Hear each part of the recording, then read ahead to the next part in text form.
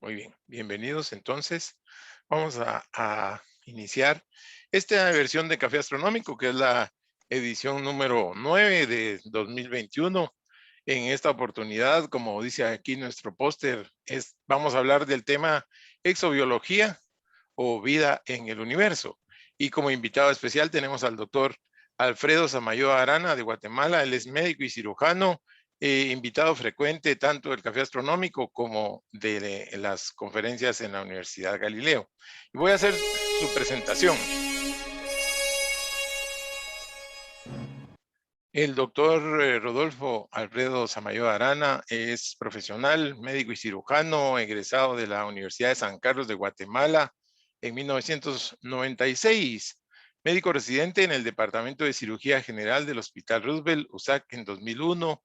Hizo su EPS de especialidades médicas en el Hospital Nacional de Santa Cruz del Quiché. Tiene especialidad en cirugía oncológica en el INCAN de 2003 a 2006. O sea, él lucha todos los días contra el cáncer, ayudando a muchas personas. Jefe de médicos residentes en el INCAN en 2006. Médico del Centro de Atención Permanente de la Colonia Primero de Julio en 2007. Tiene una maestría en cirugía oncológica que sacó en el INCAN en de 2008 a 2010. Es médico de consulta externa del Hospital Roosevelt de 2011 a 2015. Estuvo como médico de consulta externa en el Hospital Roosevelt. Actualmente también es médico especialista bajo techo en la emergencia de adultos del Hospital General San Juan de Dios de 2008 hasta la fecha. Como vemos, esa es la parte profesional del doctor Rodolfo Alfredo Samayoa Arana. Ahora vemos en docencia. En docencia ha sido docente de la Universidad Mariano Galvez en 2010.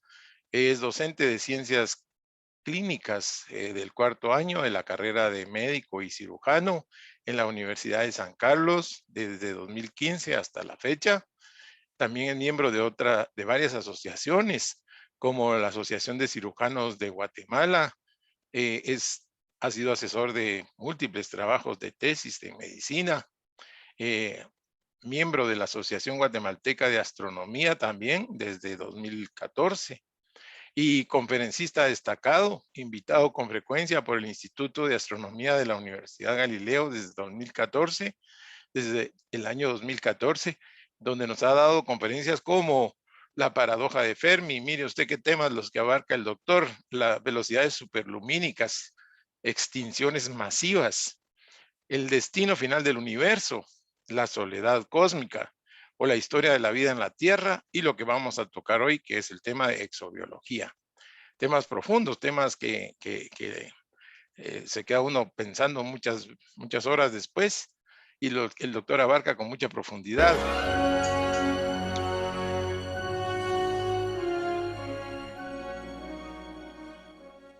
Pero también el doctor eh, es muy simpatizante de la ciencia ficción y es el fundador del club de fans de Star Trek, de Viajes a las Estrellas de Guatemala, eh, que se hizo en 2009.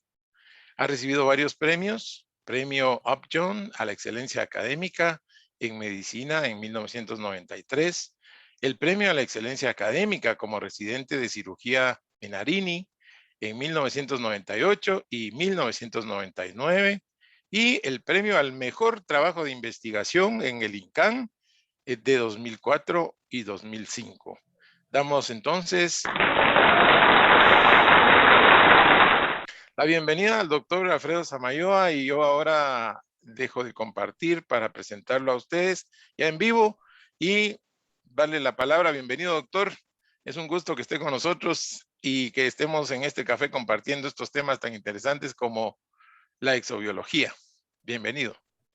Muchas gracias, ingeniero. Nuevamente, pues se lo recalco, es un honor, es un privilegio para mí estar aquí hoy como invitado para pues, discutir, debatir, presentar información científica, conjeturar en base a conocimientos científicos sobre qué nos depara la ciencia conocida como exobiología.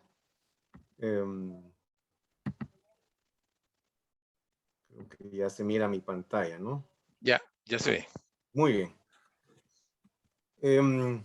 Vamos a dar entonces las bases desde el punto de vista físico, químico, biológico y bioquímico de la posible vida en otros mundos. Hace unas semanas pues hablamos de la historia de la vida en la Tierra desde su origen hasta el presente y su posible futuro. Yo creo que este era un tema demasiado grande para abordarlo en una sola conferencia, por eso le pedí al ingeniero que lo abordáramos en dos. La primera parte, entonces, la completamos pues satisfactoriamente, considero yo. Siempre se quedan algunas preguntas sin contestar, pero pues de eso se trata la ciencia, ¿no? La ciencia no es conocimiento absoluto, no es dogmática y siempre está mejorándose, siempre está afinándose el conocimiento. Todo de lo que vamos a hablar el día de hoy está documentado, es científico, no estamos inventándonos nada ni hablando de cosas que no hayan sido demostradas, por lo menos hasta cierto punto. Pero las preguntas persisten y afortunadamente, ¿no? Porque si las preguntas las tuviéramos ya con respuesta a todas, pues qué aburrida sería la vida. Pero el universo, la vida, el cosmos, cada pregunta que resolvemos nos prepara otras 20 más diferentes. Así que siempre podemos seguir aprendiendo y siempre podemos seguir creciendo. Entonces, vida. Bueno, definamos la vida. Esto ya lo hicimos hace unas semanas, lo vamos a volver a hacer ahorita para estar todos en una sola sintonía. ¿Qué entendemos por la vida?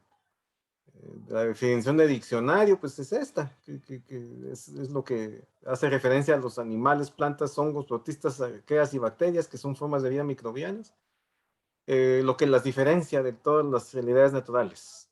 Implica capacidades de organización, de crecimiento, metabolismo y responder a estímulos externos y por supuesto reproducción. Sin embargo, pues es una definición que al final no se queda corta, pues porque la vida es mucho más, podemos conceptualizarla, pero no es fácil definirla. Y ahorita vamos a darnos cuenta de eso. Una definición inespecífica sería que la vida es una fuerza interna sustancial, mediante la que obra el ser que la posee. Es un estado animado. Pues que tampoco es una definición que nos deje del todo satisfechos, aunque en parte, pues sí, nos dice que la vida es algo que está animado, que se distingue de lo inerte. La definición filosófica, pues es una actividad natural inmanentemente autoperfectiva. Pues la filosofía, hay quienes dicen que ya no tiene validez, incluso Stephen Hawking llegó a decir que había muerto en su libro, en la introducción de su libro El Gran Diseño del año 2010. Yo pienso que no ha muerto, solo lo que como todo lo dinámico en este mundo, pues es cambiante y ha evolucionado, pero por supuesto no está viva. Entonces, la filosofía podría aplicar, tener muchas de las características de la definición específica, puede cambiar, puede adaptarse a los tiempos, pero por supuesto no es un ser vivo. De ahí que la definición de vida que nosotros tengamos como definición de trabajo, cuando pensemos en seres vivos en otros mundos diferentes a la Tierra, pues tiene que ser lo más clara posible y abarcar la mayor parte posible de espectros. La definición religiosa, pues bueno, entonces Dios formó al hombre de la tierra misma y sopló en su nariz y le dio vida, pues esa es la definición judeocristiana.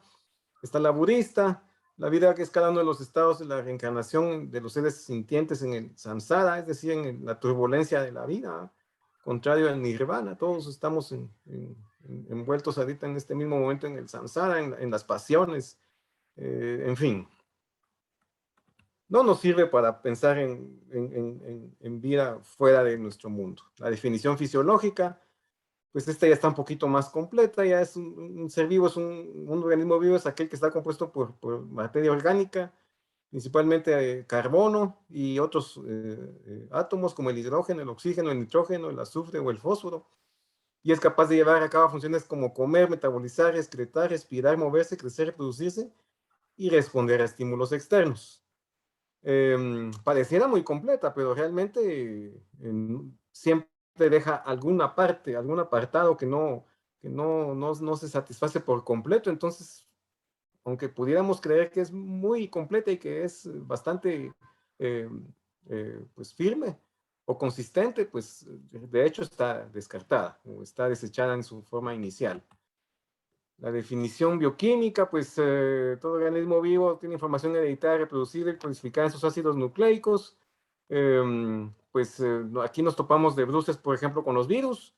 Los virus tienen ácidos nucleicos, pero fuera de un organismo que les sirva de motor de su bioquímica, no se reproducen, están inertes. Entonces, esta definición bioquímica, pues deja de lado organismos como los virus. Incluso hay moléculas de proteína que pueden ser patógenas para el humano o los animales, los priones, por ejemplo, son proteínas, como las entendemos, como cadenas de aminoácidos, pero que se pueden volver patogénicas y son responsables de enfermedades desastrosas como la encefalopatía de Creutzfeldt-Jakob o el mal de las vacas locas. Y pues, ¿qué hacemos con esas proteínas, con esos priones? ¿Están o no están vivos? Entonces también la bioquímica nos deja cortos al final, el metabolismo de los ácidos nucleicos, el metabolismo o la definición metabólica es un objeto que tiene una frontera que intercambia sustancias con el medio ambiente sin alterarse. Pues el fuego cumple esa definición. El fuego, si encendemos un fósforo, en ese momento es un objeto que tiene una frontera definida y intercambia sustancias con el medio ambiente. Pero el fuego, por supuesto, nosotros no lo consideramos un ser vivo. Entonces, la definición metabólica también nos deja algo cortos. La genética en la vida es todo organismo capaz de evolucionar por selección natural.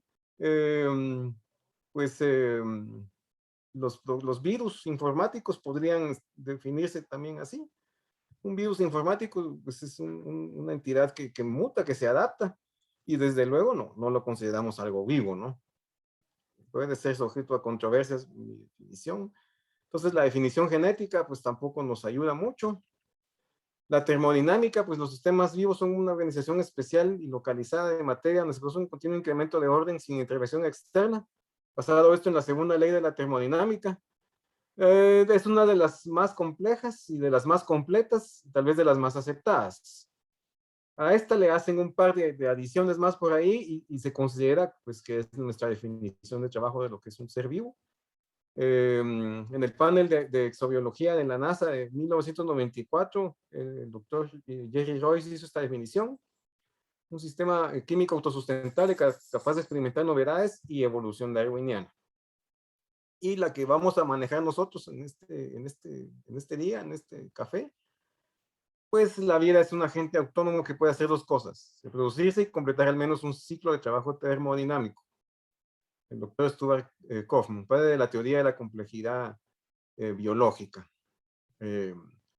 Vamos a quedarnos entonces con esta definición. La vida es un agente autónomo que puede hacer dos cosas: reproducirse y completar al menos un ciclo de trabajo termodinámico. El ingeniero mencionó, pues yo soy muy aficionado a la ciencia ficción. No toda la ciencia ficción me gusta, pero la que me gusta, pues digamos que es la popular. Seguramente todos reconocen a este personaje, el lógico señor Spock del planeta Vulcano. Muchas de las expectativas que a nivel de cultura popular se tienen sobre los extraterrestres, pues vienen de la ciencia ficción.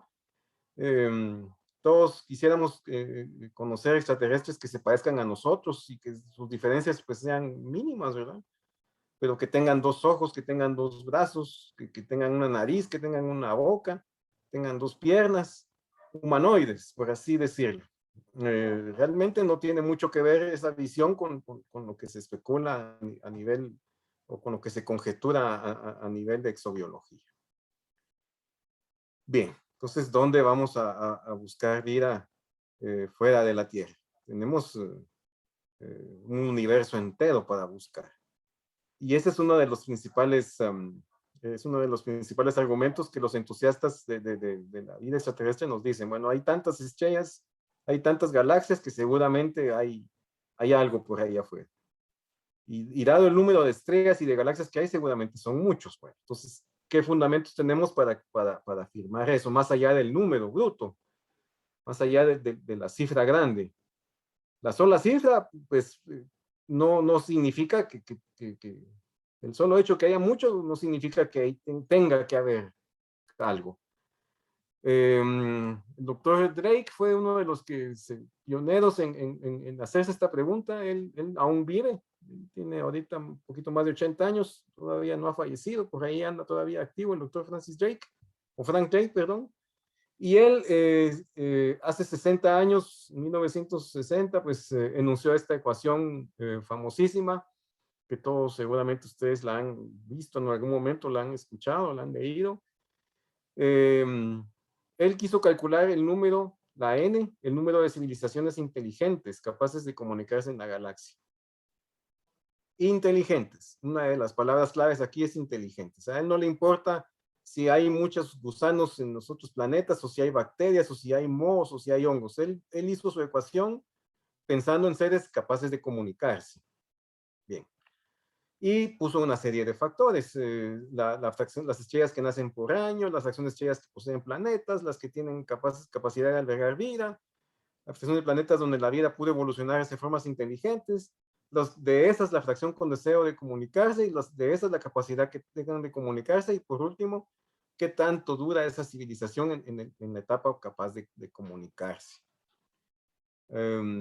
Desde luego, él está conjeturando aquí, ¿verdad?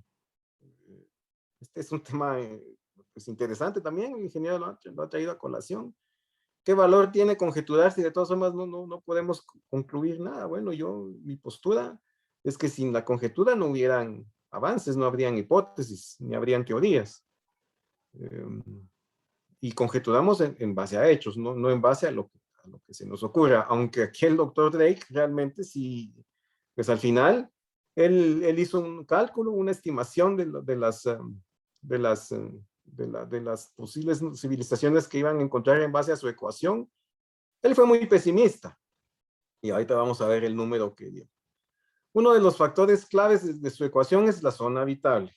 Esa área de la estrella que no está ni muy cerca ni muy lejos, y donde el agua puede mantenerse líquida, y donde el planeta no está capturado por y puede girar sobre su eje. Eso significa que va a tener día y noche, y que el agua va a estar distribuida uniformemente en su superficie, que va a tener condiciones climáticas aptas, eh, y bueno, y va a ser la zona de recitos de oro, la zona ideal para que algo pueda ahí existir, estar vivo y evolucionar. Sin embargo, pues este concepto ha ido cambiando con el tiempo. La solución de Carl Sagan, el gran divulgador de la ciencia, pues calculó que podría haber hasta 1 millón de civilizaciones solamente en nuestra galaxia. Él fue bastante optimista.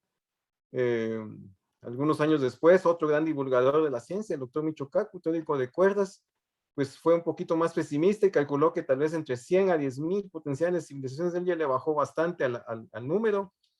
Sin embargo, pues insisto, no dejan de ser conjeturas. Esta ecuación de Drake pues dio pie a proyectos como el proyecto OSMA en principios de los 60, que querían buscar señales de radio de potenciales civilizaciones cercanas a la Tierra.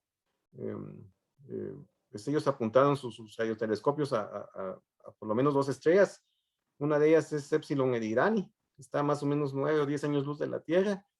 Y la sorpresa grande fue que en ese momento parecía que estaban obteniendo algún tipo de señal. Después se dieron cuenta que había sido una contaminación, y lamentablemente no se confirmó esa señal. Y desde entonces, pues aparte del proyecto OSMA, está el proyecto SETI, que llevan muchísimos años, 50 años, explorando las estrellas, buscando señales de radio. Y pues hasta el día de hoy no se ha documentado ninguna, a excepción de una señal ahí anómala del año 77 que la bautizaron señal WOW, que no se repitió. Pues no hay ahorita ninguna evidencia por radio, por lo menos. Nos gustaría creer que los fenómenos que se miran en la atmósfera comúnmente, que son objetos voladores que nadie sabe qué son, pues nos gustaría creer que son sondas o incluso naves de seres que nos vienen a visitar, pero realmente no hay evidencia sobre eso. Ese es uno de los fenómenos más desconcertantes a los que la ciencia se enfrenta en la actualidad. pues tampoco es que sepamos qué son. Tenemos que reconocer que en ese sentido no sabemos. En ese sentido nos gana la ignorancia. Pero por radio tampoco hemos encontrado nada. Entonces existe esta paradoja que la enunció por primera vez Enrico Fermi, el premio Nobel de Física, hace más de 70 años. Bueno, incluso antes de que se hicieran esfuerzos por buscarlos por radio. ¿Dónde están? Si son tantos, ¿dónde están? ¿Por qué no los hemos encontrado? O mejor dicho, ¿por qué ellos no nos han encontrado a nosotros? Hasta donde la evidencia lo soporte, lo apoye. Hay muchos factores que no tomó en cuenta el doctor Drake en su ecuación de hace 60 años. Uno de ellos es la luna. La luna, ya lo hablamos hace unas semanas, pues la teoría más aceptada en base a los hallazgos de las piedras que trajeron los astronautas de la superficie lunar, pues es un cuerpo que proviene de la Tierra, se desprendió de nosotros cuando nos impactó un protoplaneta llamado Theia, y esos escombros, la gravedad los unió nuevamente en órbita alrededor de la Tierra y formó nuestra luna. La luna, pues entre otras características, enlentece el giro de la Tierra y evita que bambolee mucho sobre su eje. Así que si no estuviera la luna como está, si no hubiera habido ese choque con Theia hace tantísimos miles de millones de años, pues aunque la Tierra estuviera en la zona de Ricitos de Oro, posiblemente no tendría las condiciones necesarias para que la vida existiera en ella, porque bambolearía mucho, se inclinaría mucho más sobre su eje de los 23 grados que actualmente lo hace. Entonces, pues, ¿qué les digo yo? Ahorita que estábamos hablando de que aquí es otoño en el hemisferio norte, pues sería un otoño muy, muy, muy frío. Y la primavera ya en el hemisferio sur, en esta época, sería una primavera muy, muy, muy cálida. Entonces, no sería tal vez tan factible que hubiera evolucionado algo o que hubiera aparecido vida, si no fuera que la luna estabiliza nuestro giro y nuestra inclinación. Tampoco tomó en cuenta la presencia de un planeta súper masivo como Júpiter, que actúa como una aspiradora cósmica y que atrae los escombros de la formación del sistema solar todavía hasta nuestros días.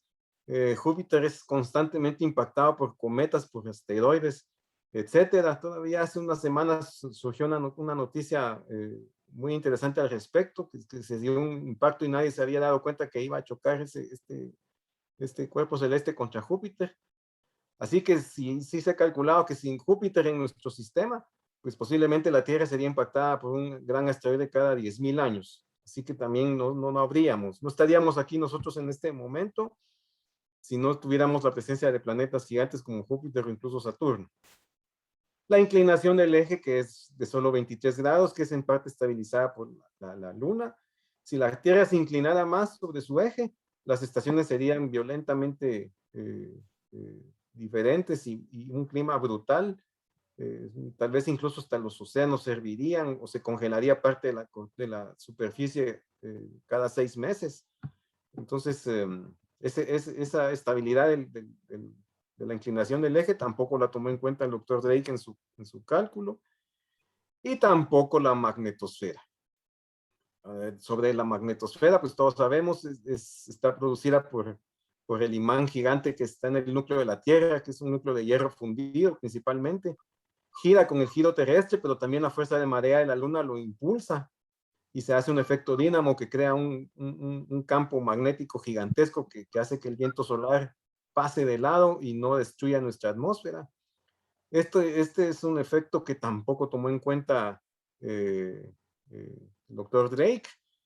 Aquí mismo en el sistema solar vemos que Venus está cerquita de la zona de Ricitos de Oro y Marte, pues ninguno de los dos tiene magnetosfera y ya sabemos cuáles son las condiciones de esos planetas, diferentes totalmente a la Tierra. Entonces, esta es otra condición indispensable para que la vida pueda aparecer y evolucionar. Y por supuesto, fuera de todo eso, pues no existe una razón lógica para que dos o más civilizaciones evolucionen precisamente al mismo tiempo. Así que volvemos a la ficción, por más que a mí me gustaría pensar que hay andorianos, que hay romulanos, que hay klingons o que hay cardassianos, y todos son humanoides y todos están en el mismo sistema, en el mismo momento de su etapa de desarrollo como sociedad, todos tienen capacidad de viajar a las estrellas, todos tienen capacidad de propulsión de curvatura, pues para fines de dramatismo en la ficción están muy bien. pero que en la realidad esto haya pasado es muy improbable. Muy improbable. Lo más probable es que o hayan existido mucho tiempo atrás o vayan a existir dentro de mucho tiempo en el futuro, pero que coexistan con nosotros en este mismo momento, no es imposible, pero sí es sumamente improbable. Bien, entonces, ¿cuál es la respuesta? Me van a decir, bueno, entonces, doctor, ¿qué nos dice usted? ¿Sí hay o no hay extraterrestres? Pues a esas vamos. Habiendo hecho esas salvedades con la ecuación de Drake, con las variantes que no tomó en cuenta, pues tenemos por lo menos dos lugares relativamente accesibles para buscar, serían en nuestro sistema solar y en el resto de la galaxia. En el sistema solar, pues todos saben que Marte pues, es uno de los principales objetivos de las agencias espaciales, principalmente la NASA, también ya los chinos tienen interés en él, para explorarlo y colonizarlo, y por supuesto saber si hay algo vivo ahí. Actualmente hay un rover en la superficie del cráter Jezero, que antiguamente fue un lago, hace más o menos 4.000 millones de años, que se evaporó porque precisamente como no hay magnetosfera en Marte, el viento solar barrió su atmósfera y lo volvió ese planeta desértico que todos conocemos. Es posible, el sentido común nos indicaría que pues tiene agua subterránea, tiene casquetes polares, así que hay agua y hay un clima relativamente benigno, así que es posible que por ahí en Marte hayan algún tipo de microorganismos similares tal vez a nuestras bacterias. Esa sería la máxima expectativa que podríamos tener de Marte y pues realmente de todos los planetas o lunas del sistema solar, pero no más allá. Europa, pues en el satélite de Júpiter, la luna de Júpiter, que fue la primera en la que se descubrió un océano subsuperficial. Se considera que tiene más o menos 100 kilómetros de profundidad, por lo menos, debajo de una corteza de hielo de 20 a 30 kilómetros de espesor. Y hay agua líquida, está formado, por supuesto, por agua líquida.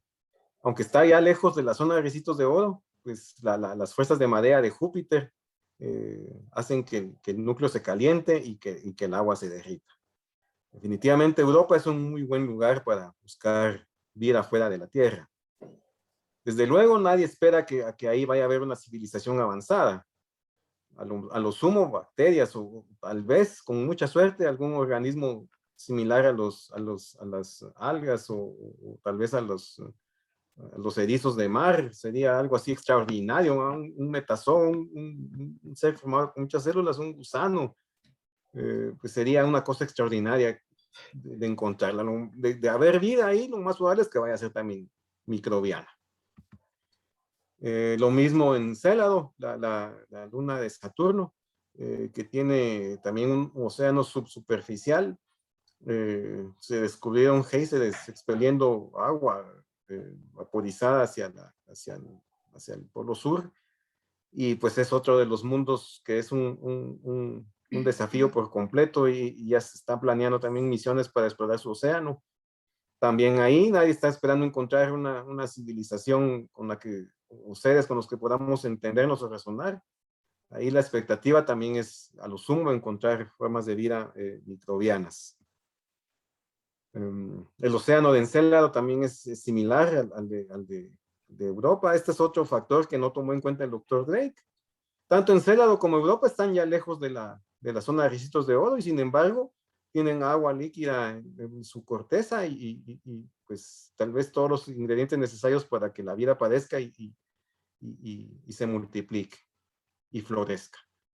Entonces, guiarnos por la ecuación de Drake pues podría parecer no tan pertinente para fines de nuestra conjetura.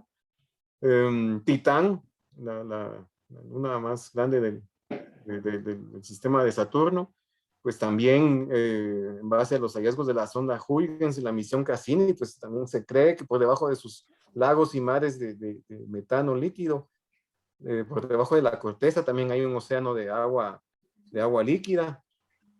aunque aquí sí hay un problema, porque aunque hay agua líquida, pues no estamos tan claros si es por anticongelantes naturales o por el calor interno de la Luna. No está tan cerca de Saturno como para creer que las fuerzas de marea tengan ahí algo que ver, así que Titán, aunque tuviera un océano subsuperficial, no, tal vez no es un candidato tan idóneo como las otras dos que mencioné. Ganímedes, la luna más grande del sistema solar, pues sí, ahí hay agua también, ya se comprobó la existencia de un océano subsuperficial. Las diferentes mediciones con los magnetómetros que se han utilizado, pues indican que es un caso curioso porque es un océano dividido en capas. O sea, hay 3, 4, tal vez 5 capas de agua separadas una de otra, lo que podría sugerir que cada una de esas es un ecosistema en sí mismo. Eh, y que si entramos a una capa, no deberíamos entrar a la otra porque provocaríamos una contaminación terrible y destruiríamos posiblemente ambos ecosistemas. Así que la exploración de Ganímedes pues va a ser un desafío total en un futuro, esperemos que por lo menos a mediano plazo.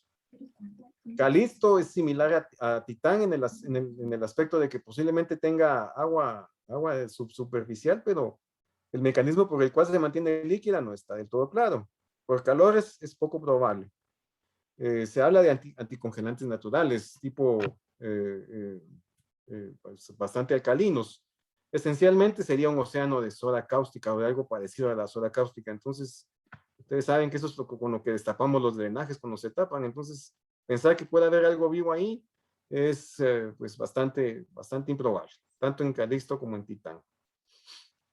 Y por supuesto, pues están los exoplanetas, ¿verdad? Desde hace 26 años que se documentó el primero, eh, eh, pues se han descubierto más de 3.000 sistemas estelares fuera de nuestro planeta o fuera de nuestro sistema solar. Planetas orbitando otras estrellas diferentes al Sol, más de 4.500 exoplanetas. Hasta el 2 de julio del año pasado se habían descubierto 3.092 sistemas planetarios y 4.171 cuerpos planetarios. Todavía no está tan claro el límite entre planeta y enana marrón, pero muchas de esas posiblemente están orbitadas por estrellas enanas marrones. Tienen más de 13 masas la de Júpiter. Sin embargo, el número de planetas descubiertos fuera de la Tierra, fuera del sistema solar, es bastante grande y crece todos los días. Y la expectativa ahorita, por ejemplo, con el telescopio James Webb, es que se van a descubrir muchos más. E incluso vamos a poder ser capaces de ver sus atmósferas. ¿Qué problema tenemos con los planetas extrasolares? Que la mayoría de sistemas extrasolares, de sistemas solares fuera del nuestro, la mecánica simple de un anillo de planetas rocosos pequeños, otro anillo de planetas gaseosos grandes y otro anillo más allá de cometas, pues no se cumple. La mayoría de esos sistemas descubiertos pues tienen planetas tipo Júpiter o tipo Neptuno orbitando en órbitas muchísimo más cercanas a su estrella que lo que está Mercurio del Sol. Así que esto pues fue un gran golpe o es un gran golpe para los astrofísicos y los astrobiólogos porque un planeta tipo Júpiter que esté tan cerca de su estrella pues prácticamente liquida cualquier posibilidad de que haya planetas similares a la Tierra orbitando esas estrellas. Y nos ponen qué pensar, porque entonces resulta que nuestro sistema solar no es común, sino que es más bien una especie de accidente o es un caso aislado. Sin embargo, pues hay tantos, volvemos al número, que pues sí se han descubierto sistemas solares similares al nuestro, donde podrían haber planetas potencialmente habitables, que genéricamente reciben el nombre de supertierras. Existe un índice de similitud con la Tierra, que es la medida con la que se comparan los objetos planetarios rocosos, cuerpos rocosos pequeños como la Tierra, y tiene un valor entre 0 y 1. Y 1 es el valor de referencia. Cualquier planeta que tenga un valor de 1, pues va a ser un planeta igual a nosotros, o igual al nuestro, mejor dicho. Les tengo que contar pues que ningún planeta se le ha dado una puntuación de 1. Es muy difícil encontrar un gemelo exacto nuestro. Así pues de todas formas, hay muchos que tienen valores muy cercanos a la unidad, que son los en los que valdría la pena concentrarse. Eh, por ejemplo, Venus, pues tiene un valor de 0.78 a pesar de estar tan cercano a la unidad, nos damos cuenta que no tiene mucho que ver con nosotros, a excepción de la masa y del tamaño. Así que, pues bueno, ahí hay mucho también de qué hablar y qué discutir. Gliese 667 y Kepler 62e, pues tienen un valor muy cercano a la unidad. Eso es alentador. De todas formas, nuestra capacidad como para poder visitar esos mundos en este momento es nula. Sin embargo, el telescopio James Webb, lo vuelvo a mencionar, tiene la expectativa de poder, a través de su espejo gigante, captar esos planetas. Ya no vamos a tener imágenes como estas inspiradas en visión artística, sino que vamos a tener la imagen real del planeta. Vamos a poder ver la atmósfera, incluso vamos a poder estimar qué gases la forman. Así que esto es una cosa muy emocionante. El año entrante nos va a dar muchas sorpresas desde ese punto de vista. Gliese 667 cc, pues es un planeta muy similar a la Tierra. Su índice de similitud es cercano a la unidad. Así que, pues, aunque esté algo lejos, o bueno, relativamente cerca en términos de astronómicos, eh, nosotros en este momento no podemos más que conjeturar que pueda existir ahí, pero sí existe la esperanza de que a través del telescopio espacial James Webb podamos verlo y podamos analizar su atmósfera. Kepler 62c también es una supertierra con un índice de similitud muy cercano a la unidad. Este está muchísimo más lejos, a 1200 años luz de la Tierra. Sin embargo, pues es para ponerle atención. Y el otro es T-Garden B, a 12.5 años luz de nosotros. Su índice de similitud de la Tierra es pues, muy alto, casi la unidad. Uno de los problemas es que orbita una estrella enana roja. Ya sabemos que esas estrellas no son buenas candidatas para albergar planetas con vida como la entendemos o como la definimos ya, porque son fulgurantes, no dan estabilidad suficiente, lanzan al espacio mucha radiación en forma periódica, y además el planeta, por estar tan cerca a su estrella, pues tienen captura por marea, así que solo muestra un lado a la estrella, y un lado está siempre iluminado y el otro lado siempre está oscuro. Y desde luego eso pues da un clima muy extremo que no es benéfico para la aparición de vida. Están estos otros exoplanetas que se considera que tienen un índice de similitud a la Tierra cercano a la unidad. Muy emocionante realmente. Aunque no los podamos explorar directamente, pues ya sabemos que están ahí y son objetivos definitivamente para estudiarlos ahorita que al fin el telescopio espacial sea lanzado, el James Webb. Este es otro, el GJ3323b, y así podríamos enumerar por lo menos 40 o 50 exoplanetas candidatos a ser considerados no solo supertierras, sino tener un índice de similitud con la Tierra notable que nos permitiría pensar que ahí la vida apareció y evolucionó.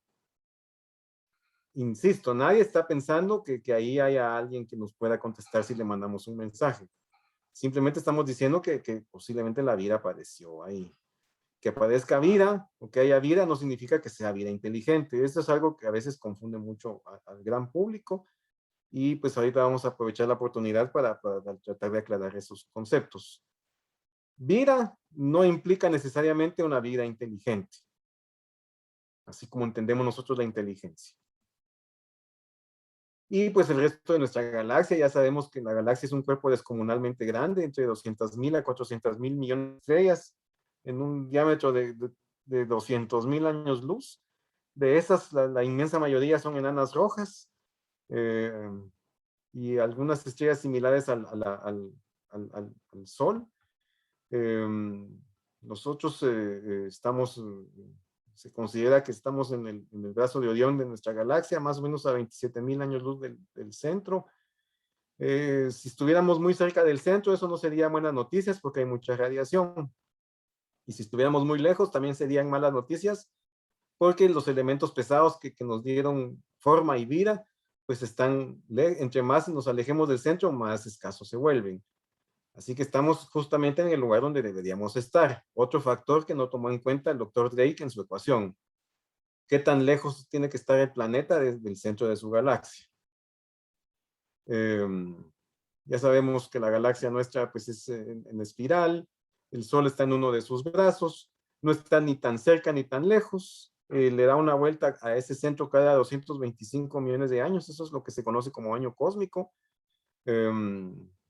y está justo también en el plano galáctico. Ya hablamos sobre las distancias, ni muy cerca, ni muy lejos, ni mucha radiación, ni escasez de metales pesados. Y las estrellas idóneas para que aparezcan planetas rocosos a buena distancia de la misma, pues podrían ser las estrellas tipo F, las tipo G como el Sol, o las estrellas tipo K.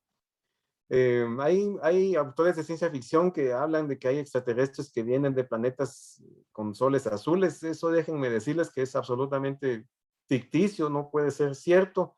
Las estrellas blancas y azules son muy calientes, 10, 15, 20 veces más calientes que la superficie del Sol. Entonces, cualquier cuerpo celeste que las orbitara sufriría un fenómeno de fotoevaporación, es decir, se vaporizaría en el momento en que comenzara a orbitar o comenzara a formarse. Así que extraterrestres que vengan de planetas con soles azules o que orbitan una estrella azul, no.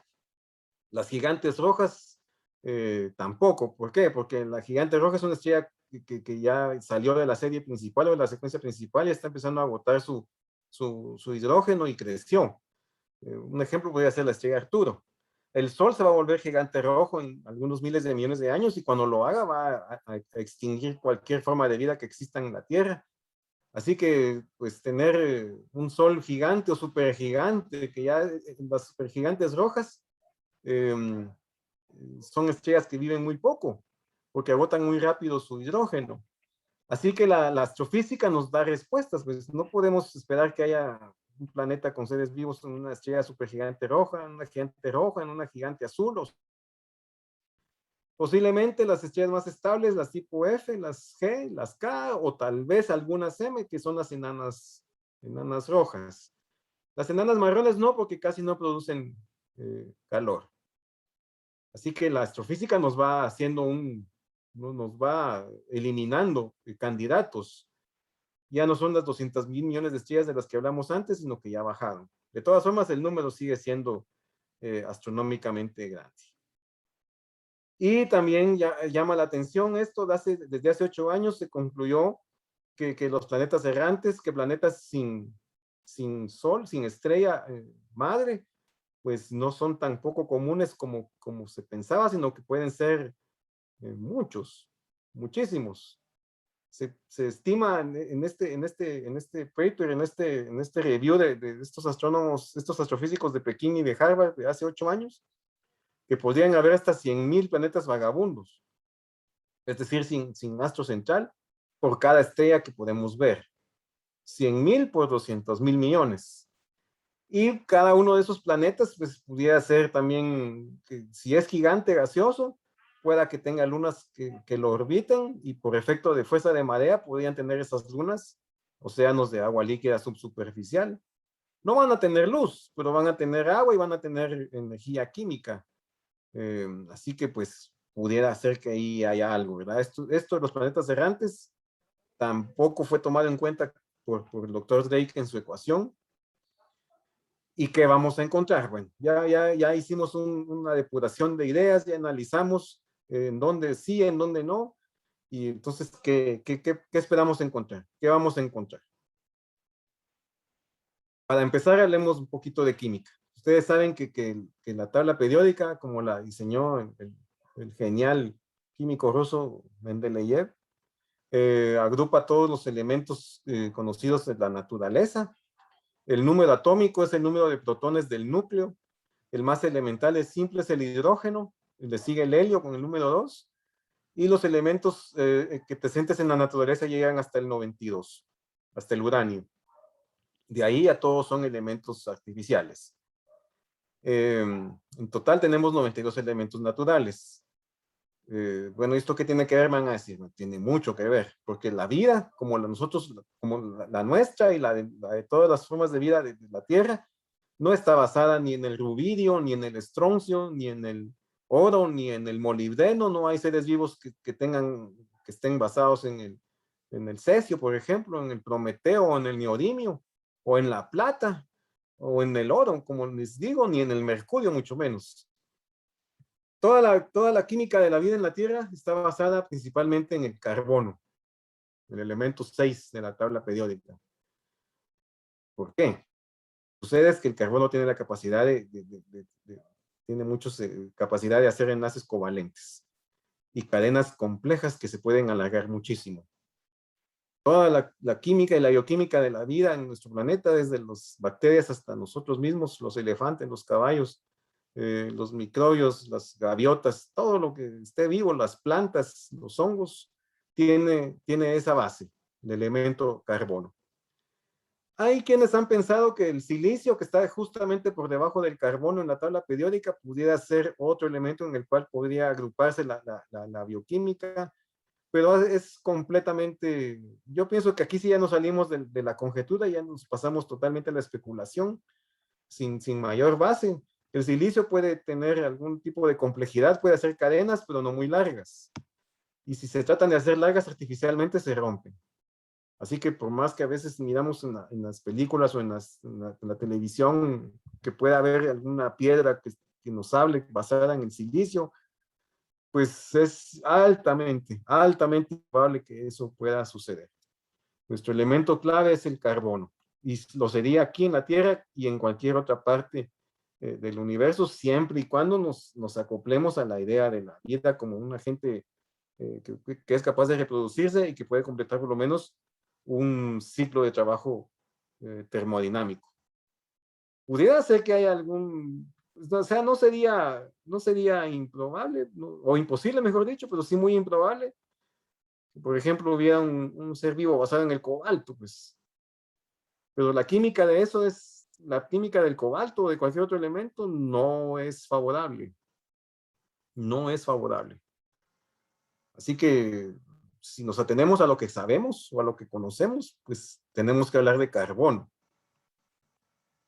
y otros elementos que por supuesto tienen que ver.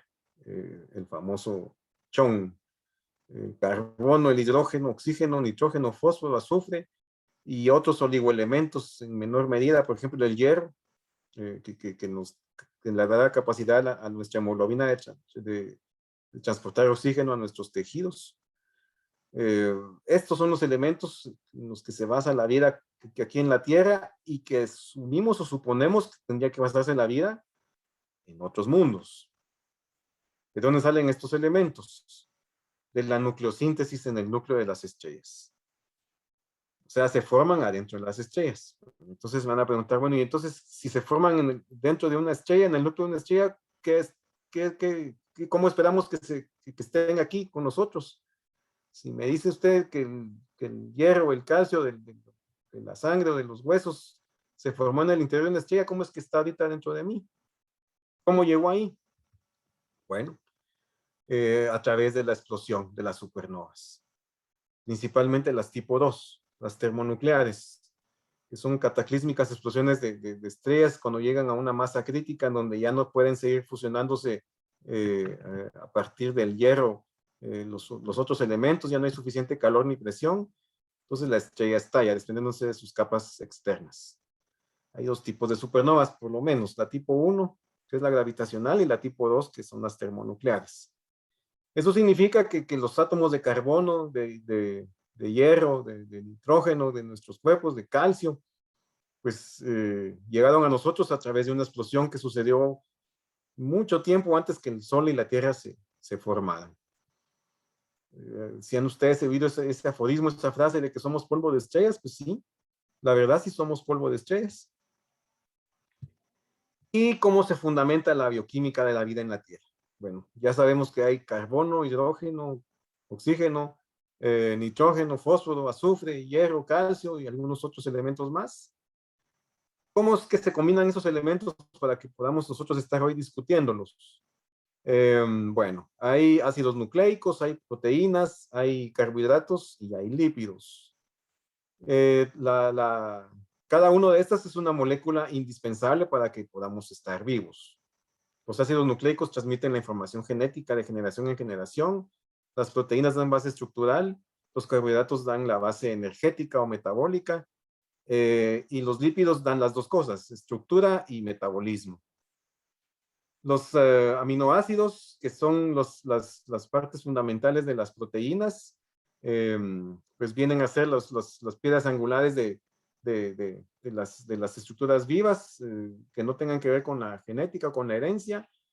Hubo un experimento de Harold Urey hace más o menos 60 años, donde ellos reconstruyeron la atmósfera primitiva, le pusieron ausencia de oxígeno, le dispararon corriente eléctrica, y se llevaron la sorpresa de que a los 2 o 3 días ya se habían formado algunos aminoácidos.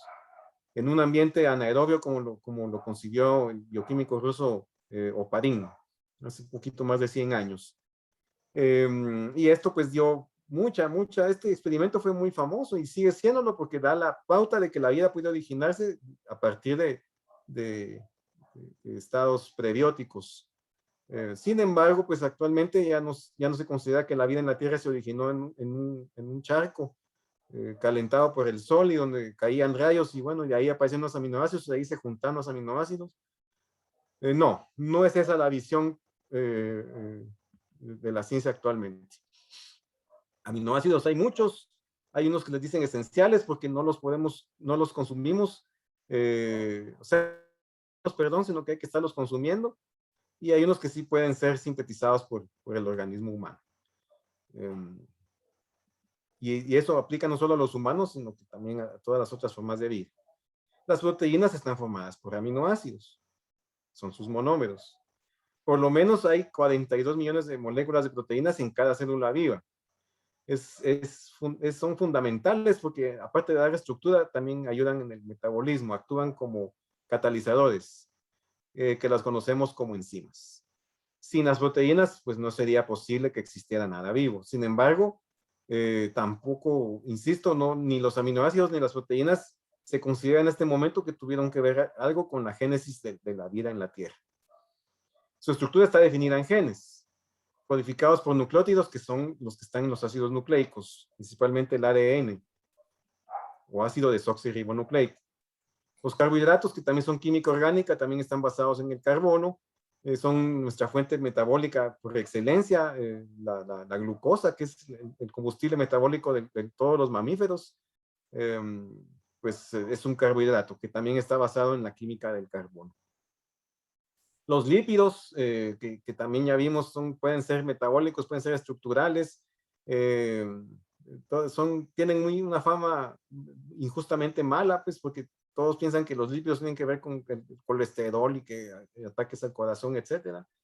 Y pues sí, tienen que ver, pero no solo eso, pues los lípidos, sin los lípidos no estaríamos vivos, dan estabilidad a la estructura de la membrana celular, también tienen mucho que ver con la estructura de las hormonas esteroides, de las hormonas sexuales, por supuesto tienen que ver con la dieta, con la alimentación, con la nutrición, como los ácidos grasos, también forman la base de las vitaminas y también, por supuesto, están basados en la química del carbono.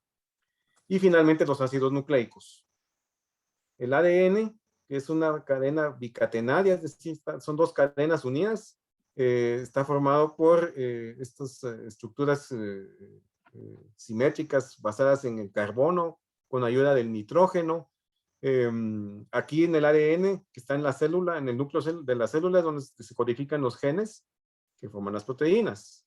Cada vez que el ADN va a codificar una proteína diferente, se desdobla y es copiado en una molécula de ARN que forma esa proteína en una estructura de la célula que se llama ribosoma. Por más increíble que parezca, la vida en la Tierra se originó principalmente como una cadena de ARN. Aquí se las tengo. Que fue una cadena autorreplicante. o sea, no fue en un charco.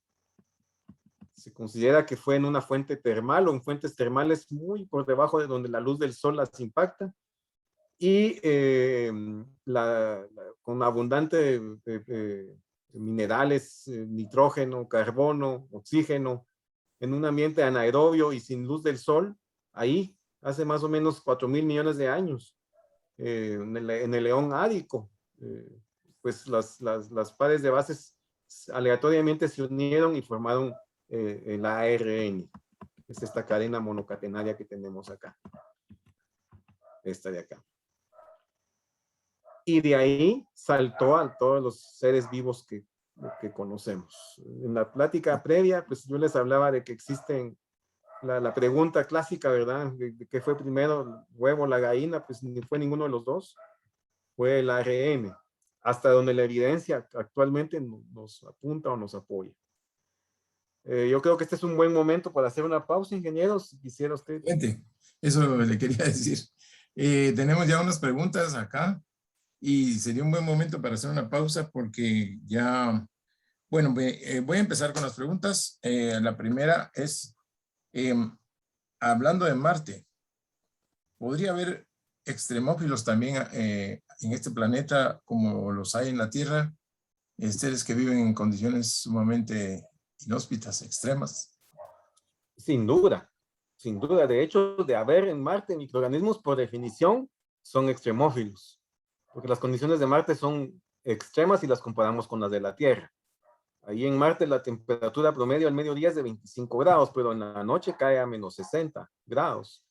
Casi no hay oxígeno. No hay campo magnético, o sea que la radiación del viento solar prácticamente impacta la superficie, no hay capa de ozono, la luz ultravioleta cae de lleno sobre la superficie. Así que si hay algo vivo ahí, que muy probablemente esté bajo la superficie y no tanto en la superficie como tal, pues sí tendría que ser completamente extremófilo para sobrevivir a esas condiciones tan difíciles que hay en Marte. Ok, o sea que hay probabilidades de que existan extremófilos ahí también. Sí, por definición tendrían que ser extremófilos. Muy bien, la segunda que tengo es, ¿qué opina usted de la hipótesis Gaia del doctor Lovelock? La hipótesis Gaia, no sé si la pudiera refrescar, que ahorita no la tengo precisamente en la mente. Bueno, le vamos a pedir ahí al profesor que nos la refresque. Mientras tanto, podemos avanzar con otra. Muy bien. Esta otra pregunta es también sobre Marte. Y dice, se habla de metano en Marte, pero ¿cuál es su concentración? ¿Cuál es su relación entre la concentración que hay allá en Marte y la que hay en la Tierra? Y si hay diferencia entre el origen del metano en Marte y la Tierra. Lo que sucede es que el metano, pues sí, el metano es una molécula basada en el carbono, también es química orgánica y es un subproducto del metabolismo de los organismos vivos. Los humanos producimos metano y prácticamente todos los mamíferos y muchos microorganismos. Pero también se produce metano a nivel de procesos geológicos, principalmente en los volcanes. En Titán la atmósfera principalmente está formada por metano, hay un ciclo del metano líquido, hay lagos de metano, hay mares de metano, hay lluvia de metano, hay nieve de metano, pero no está claro si es producida por algo vivo, o lo más probable es que sea por algo geológico. Y en Marte hay metano también, pero que haya metano no implica que sea su producto del metabolismo de algún microorganismo, sino que probablemente sea de origen geológico. Así que la sola existencia de metano no garantiza que sea algo vivo lo que lo produjo como un subproducto de su metabolismo. Es decir, el origen sería diferente, entonces, por lo que veo, el metano en la Tierra y el metano en Marte. No necesariamente va a ser biológico. No necesariamente va a ser biológico. Ok, ya tengo algo aquí de la hipótesis de Gaia para que dice, el doctor Lovelock definió Gaia como una ciudad compleja que implica a la biosfera, atmósfera, océanos y tierra, constituyendo en su totalidad un sistema cibernético o retroalimentado que busca un entorno físico y químico óptimo para la vida en el planeta. Como una ciudad compleja que implica a la biosfera, la atmósfera, océanos y tierra, como que fuera una ciudad, constituyendo en su totalidad un sistema cibernético o retroalimentado que busca un entorno físico y químico óptimo para la vida en el planeta. Interesante la hipótesis del doctor Lovelock. Sí, de hecho, pues tiene mucho sentido, ¿no? De hecho, antes se creía que las disciplinas como la geología o la biología no tenían nada que ver, pero actualmente eso ya no es así. Actualmente la geología depende de la biología y la biología depende de la geología, eh, porque se entrelazan. Como lo vimos en nuestras conferencias hace unas semanas sobre la historia de la vida en la Tierra, la vida modificó la atmósfera a nivel planetario cuando comenzó a producir oxígeno como su producto de metabolismo. Hubo una gran oxigenación que, entre otras cosas, provocó glaciaciones globales, pero también favoreció la aparición de la capa de ozono que nos defiende de los rayos ultravioleta A y B eh, del, del, del Sol, que hace que las moléculas complejas basadas en el carbono no se disgreguen cuando aparecen en la superficie. Así que, pues sí, yo no creo, no le miro por ningún lado donde criticar esa hipótesis Gaia. La Tierra es un sistema viviente, complejo, que nos soporta, que nos apoya. Eh, Así que, pues, este es sería otro factor más que no tomó en cuenta el doctor Drake en su ecuación. O sea, significa que no necesariamente porque un planeta esté en la zona de recitos de oro de su estrella, automáticamente consideremos que ahí va a haber algo vivo, y mucho menos algo inteligente.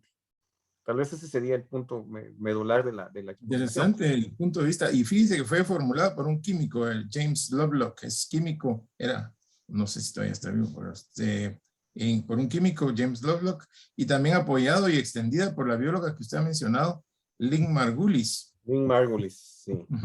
De la doctora Margulis tenemos algo muy importante que hablar en unos minutitos. Trascendente su legado a la ciencia, definitivamente. Sí. Y bueno, muy bien. Y vamos a incluir la última de una vez. ¿Cuál es el origen del ozono? Ahora nos pregunta por el ozono en la Tierra. Bueno, pues este es una variante del oxígeno diatómico, que ya dijimos que es un subproducto del metabolismo aerobio. Al principio la vida en la Tierra pues, se considera que era totalmente anaerobia, la atmósfera era tóxica para nosotros, principalmente compuesta por monóxido de carbono o, o dióxido de carbono, o sea, era una atmósfera completamente tóxica.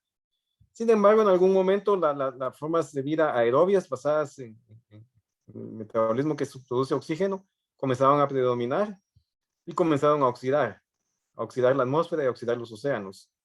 Este es un proceso que duró por lo menos 2.000 millones de años. Cuando ese oxígeno diatómico finalmente de los océanos y la atmósfera llegó a la estratosfera, a la troposfera, fue cuando intervino, reaccionó con la radiación ultravioleta del Sol y formó el oxígeno triatómico, que actúa como barrera. Una característica del O3, del oxígeno triatómico, es que detiene los rayos ultravioleta de corta longitud de onda, tipo A y tipo B, que son letales para las proteínas y para los ácidos nucleicos. Solo los C llegan a la superficie, que también hacen daño, ¿verdad? Si ustedes se descuidan y no se protegen de la luz del sol, especialmente entre las 10 de la mañana y las 4 de la tarde, pues se provocan reacciones inflamatorias en las células de la piel, que si no se tratan adecuadamente, eventualmente van a provocarles un cáncer de la piel por mutación del ADN de las células basales o de las células del estrato espinoso de la piel. Sin embargo, pues afortunadamente tenemos el oxígeno triatómico secundario de la gran oxidación, secundario a la vida, que nos defiende de la radiación ultravioleta del sol. Así que esto refuerza la hipótesis Gaia, ¿no? Todo está entrelazado y Sí, me parece firmemente. interesante, Muy ¿verdad? interesante. Porque interesante que la vida modifique el ambiente, como la atmósfera o La vida modifica la y vida modifica. cambia. La atmósfera, las piedras, la geología, etcétera. La geología modifica la vida, la deriva continental atrapó el carbono. No sé si se recuerdan de eso, lo hablamos también hace unas semanas, cuando se fragmentó Rodin y el primer supercontinente, o uno de los primeros supercontinentes en el Neoproterozoico hace 1500 millones de años. Al fragmentarse hubo un proceso de meteorización que atrapó el carbono, el dióxido de carbono, principalmente en las piedras. Y eso hizo que se enfriara tanto la atmósfera de la Tierra que se dio el fenómeno de bola de nieve. Toda la Tierra se cubrió de hielo, desde los polos hasta el Ecuador. Y eso, esa glaciación tan severa y tan intensa que duró millones de años, tuvo un efecto no ponderable en la vida que hasta ese momento era microbiana. Porque cuando se pasaron esas glaciaciones tan extensas y extremas, ya habían formas de vida policelulares o pluricelulares, que es la que se conoció como biota ediacárica, antes de la explosión del periodo cámbrico, antes de la era paleozoica. Así que, pues, ese fue otro momento pivotal y tuvo que ver con la geología, tuvo que ver con la meteorología, tuvo que ver con la astronomía, o sea, todo es parte de todo. Y ahí sí, pues, completamente de acuerdo con la hipótesis Gaia nuevamente.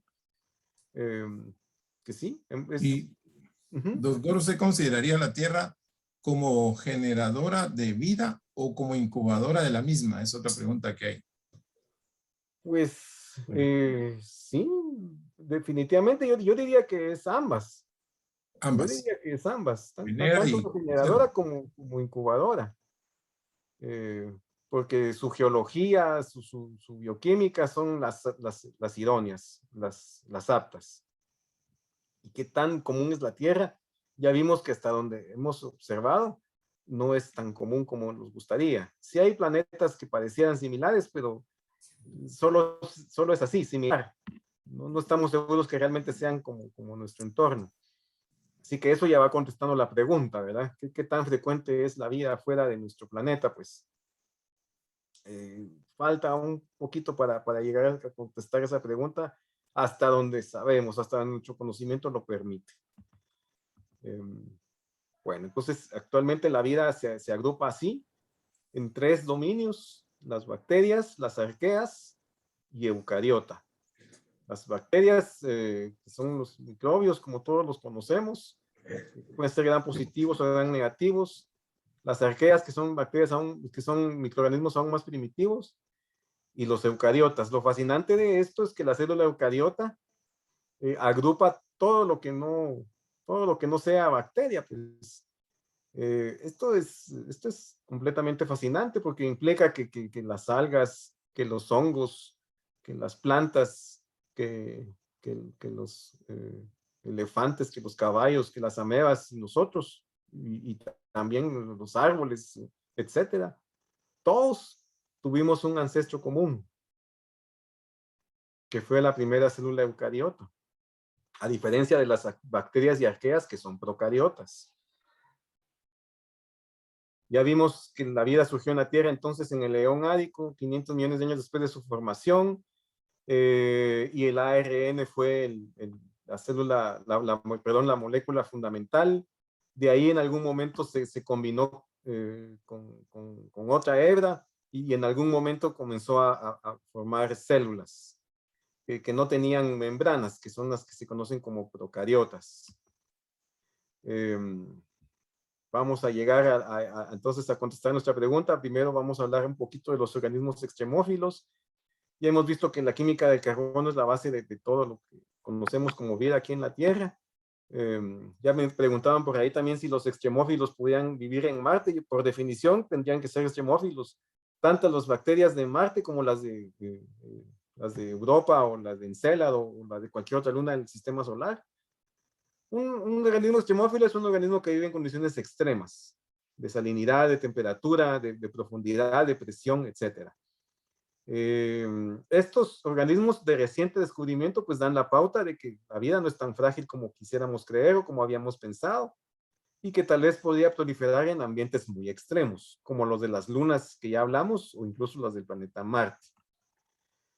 Aquí está la definición. No necesariamente es un microorganismo, pero la mayoría son microorganismos. Se le define como un amante de las condiciones extremas. En la Tierra hay ejemplos que nos pueden dejar en qué pensar y que son sorprendentes incluso, porque la vida se puede, si le damos tiempo, la vida puede adaptarse a condiciones que creeríamos nosotros al principio que no podían ser posibles. Por ejemplo, están los anhidrobióticos. Son organismos que pueden perder hasta el 95% del agua de sus tejidos y sin embargo estar vivos. Por ejemplo, esta planta de los desiertos de Sonora, allá en México, la Selaginella lepidophila, se deshidrata a tal punto que se vuelve una semilla seca.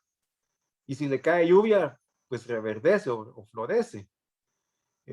Cuando entra en una etapa de cero metabolismo, que pareciera que está muerta, realmente eso no es muerte como definición, sino que es un estado que se llama criptobiosis.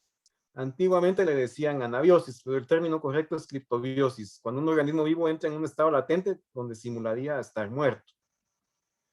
Los acidófilos, que pueden sobrevivir con un pH de menos de 1, para ponerlos en perspectiva, pues las células de los mamíferos, incluidos los humanos, solo pueden estar vivas con un pH, una concentración de hidrógeno entre 7.35 y 7.45. El ácido clorhídrico de nuestros estómagos, que disuelve las proteínas que nos comemos, pues tiene un pH de 1.0. Y sin embargo hay organismos que pueden tolerar esa concentración de ácido. Un ejemplo serían los picrófilos que viven en el Río Tinto en España. Ahí hay una acidez extrema y hay bacterias como el Picrophilus oshima y el Picrophilus torridus que pueden vivir ahí sin ningún problema. Los alcalófilos, los que sobreviven con un pH mayor de 9, para también ponerles en perspectiva, la sustancia que tiene un pH de 9 es la soda cáustica, la que disuelve los tapones de suciedad que se forman en las tuberías. Y sin embargo, pues hay bacterias o hay microorganismos que sobreviven en esas condiciones, por ejemplo, las cianobacterias, que son arqueas.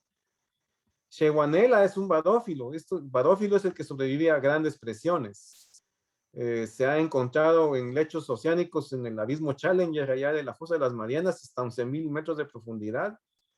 Es decir, que estas bacterias resisten literalmente el peso de millones de toneladas de agua, y sin embargo ahí están. Y no tienen luz de sol para alimentar sus procesos metabólicos. Soportan fríos extremos de 0 grados centígrados, presiones de millones de toneladas, y sin embargo ahí están proliferando. Es fascinante imaginarnos que allá en los océanos de Europa o de Ganímedes podamos encontrar bacterias similares a esta. Pues es perfectamente factible y yo diría que hasta probable. Shewonella y Moritella son ejemplos de microorganismos badófilos. Halófilos, es decir, que se desarrollan en ambientes hipersalinos, como la Salobacterium, en el mar muerto. Hay altísimas concentraciones de minerales, como la sal. Y es curioso porque esta bacteria, Haloquadratum, es de las pocas bacterias que son cuadradas y no son esféricas o circulares en la naturaleza. Posiblemente esta forma geométrica es una respuesta adaptativa, evolutiva, al ambiente tan extremo en donde vive o en donde prolifera. Ambientes hipersalinos.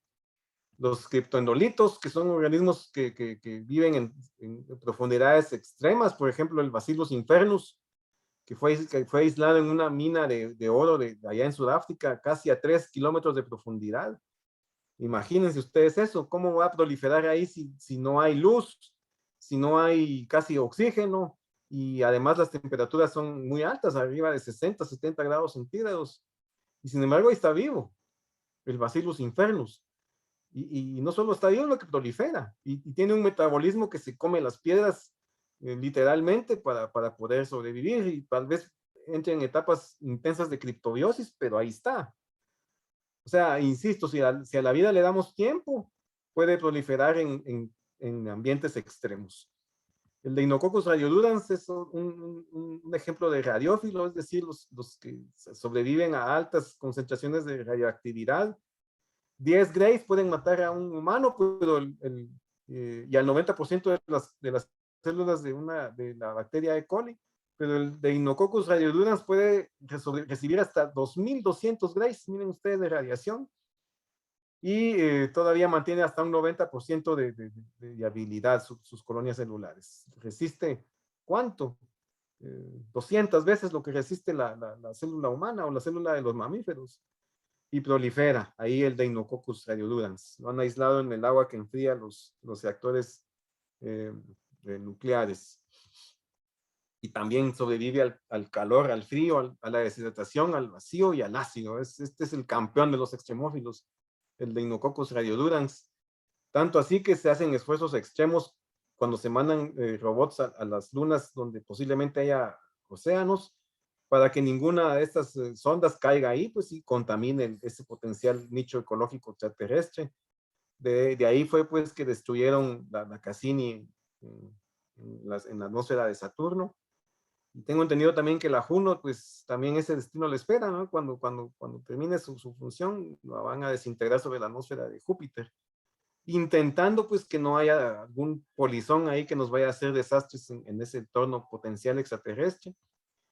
Los ciclófilos, pues, proliferan en temperaturas muy bajas, de 12 a menos 20 grados centígrados, en fosas abisales, en glaciares, en temperaturas que matarían a cualquier otro ser vivo, pues ahí están creciendo estas bacterias, los ciclófilos, los amantes del frío. Un ejemplo es el Ciclobacter frigidicola. El Pidococcus furiosus, imagínense ustedes, esta bacteria prolifera a 100 grados Celsius, en agua a 100 grados Celsius. Pudiera parecer una contradicción porque pues el agua para que hierva llega a esa temperatura. Entonces me dicen ustedes, bueno, ¿y en qué parte del mundo hay agua que esté hirviendo y que no se haga vapor? Pues en las fuentes termales, en agua calentada por fuentes geotérmicas, en lugares, por ejemplo, como el Parque Yellowstone, donde hay una caldera volcánica gigante que alimenta o calienta los manantiales y llegan a 100 grados de temperatura esa agua. Ahí prolifera esta bacteria, el Pidococcus. Tiene otra característica muy, muy interesante, pues ella usa el wolframio, que es un elemento raro ahí de la tabla periódica dentro de sus procesos metabólicos. Si ustedes o yo metemos la mano en agua hirviendo, pues ya sabemos qué nos va a pasar. Y cualquier animal, pues le pasaría lo mismo, pero esta bacteria, el Pidococcus, ahí está prácticamente en su casa, ¿no? No le pasa nada. De hecho, necesita esta temperatura para proliferar. Y hay poliextremófilos como el Deinococcus radiodurans y este animalito que ha agarrado cierta fama a nivel de los medios, los tardígrados, que también sobreviven presión, sobreviven frío, entran en criptobiosis, sobreviven radiación, y son de los casos ejemplos de animales metazoóticos, es decir, que no solo son células, sino que ya está formado por múltiples células y también es un poliextremófilo, igual que el Deinococcus radiodurans. Este meteorito, el Murchison, cayó en Australia hace más o menos 50 años. Lo catalogaron como una condrita carbonácea, un meteorito a base de carbono. Le encontraron aminoácidos como la lianina o la lisina o el ácido glutámico y algunos poco comunes como la isovalina o la pseudoleucina. Pero fue un debate que pues no acabó bien. Nunca se concluyó si eran origen de la Tierra cuando cayó o realmente estaban formados en el espacio. Este Hayabusa, pues el año pasado trajo fragmentos de un asteroide del Ryugu. Y sin embargo, pues también hay documentados que han recogido polvo de cometas o polvo de asteroides en otras misiones y sí se ha documentado la presencia de aminoácidos similares a los de la Tierra. ¿Eso qué significa? Bueno, que la química orgánica que existe en la Tierra pues es la misma que existe en otros lugares diferentes. Sin embargo, acordémonos que la presencia de aminoácidos no garantiza que la vida evolucione. La teoría de Oparin ya quedó en parte desvirtuada. porque ya sabemos que en la Tierra, o sospechamos fuertemente que en la Tierra lo primero que apareció fue el ARN, el ácido ribonucleico. Así que si existen aminoácidos en los asteroides, como parece ser, eso no implica o no garantiza que la vida se aparezca, o mucho menos, o que se organice como tal. Este es el meteorito de Marte, que fue famoso hace 25 años. Esta microfotografía pues evidenciaba, daba la idea de que había células fosilizadas en él. El meteorito marciano famoso realmente originó mucho debate y tampoco se llegó a ninguna conclusión categórica. Se quedó en un debate sin fin. Hay unos que dicen que sí, ese es una fósil de una bacteria, y otros que dicen que no, que fue formado nada más por algún proceso geológico abiótico, y así se quedó. Y nunca pasó de ese entrampe. Bueno, entonces la vida en la Tierra, con la definición de Kaufman, comenzó como una cadena de ARN monocatenaria hace 4.000 millones de años, y durante 2.000 millones de años fue estrictamente microbiana. Miren ustedes, otro fenómeno muy interesante, vital diría yo, al que muy poca gente le pone atención. 4.000 millones de años desde el periodo ádico, de León ádico, perdón, más o menos hasta el principio del Precámbrico, hace 500 millones de años. En este periodo de tiempo, pues hubo la oxigenación, se formó oxígeno que oxidó el planeta, formó la capa de ozono, pero todo este tiempo, más de 2.000 millones de años, la vida fue microbiana. No pasó de ser bacterias o arqueas. Hace 500 millones de años ya comenzó a existir vida más compleja, animales y plantas. ¿Qué pasó ahí? ¿Por qué por tanto tiempo solo hubo microbios? ¿Y por qué de pronto hace 500 millones de años ya comenzó a haber algo más complejo? Esta es la pregunta que todos tenemos que hacernos cuando pensamos en exobiología. Una de las claves es saber cuál es la célula procariota y cuál es la eucariota. La célula procariota, la de las bacterias y arqueas, es una célula relativamente simple. Tiene su núcleo de ADN, no tiene membranas, no hay organelos. Mientras que la célula eucariota, que es la que forma a los hongos, a las plantas y a los animales, y por supuesto a nosotros, es una célula bastante compleja. Tiene membranas, tiene organelos, tiene un retículo endoplásmico, tiene un complejo de Golgi, tiene los ribosomas, tiene lisosomas, tiene peroxisomas donde se acumula el glucógeno, en fin, los ribosomas donde se forman las proteínas, tanto el núcleo como el nucleolo están rodeados de una membrana también. Y esta célula tan compleja, en el momento en que aparece, es la que hace que la vida se salga de solo ser bacterias y de solo ser arqueas, de ser solo microbios. Cuando la célula eucariota evolucionó, dio el pie para que la existencia de aves, de mamíferos, de dinosaurios, por supuesto de humanos. Y aquí tengo que hablar de la doctora Margulis, en paz descanse, fallecida hace 10 años. Ella, la doctora Margulis, una bióloga muy destacada, importantísima realmente en biología evolutiva, postuló que lo que sucedió aquí es que una bacteria pequeñita fue deglutida o fue fagocitada por una bacteria grande, ambas procariotas. Pero ¿qué pasó ahí? En vez de digerirla, las dos se pusieron de acuerdo y una de ellas le empezó a dar energía a la otra, que es lo que se conoce como mitocondria. Y va más lejos. No solo pasó con la célula animal, sino que con la célula vegetal. Y ahí se llamó cloroplasto, el órgano productor de energía. Y va todavía más lejos la doctora Margulis y habla de que hubo un virus que fue fagocitado y que no se fue digerido y que dio formación a la cápsula del núcleo celular, donde se concentra el ADN. Esto contradice completamente los paradigmas de Darwin, ¿no? De que la evolución es por mutación aleatoria y ciega y que hay una selección natural. Y ella habló de que hubo una cooperación evolutiva entre las bacterias primitivas que permitió el salto cuantitativo de procariotas a eucariotas que liberó la vida de la prisión microbiana y permitió que existieran seres complejos como plantas, animales y humanos. Yo profeso un profundo respeto y admiración por la doctora Margulis, insisto, en paz descanse.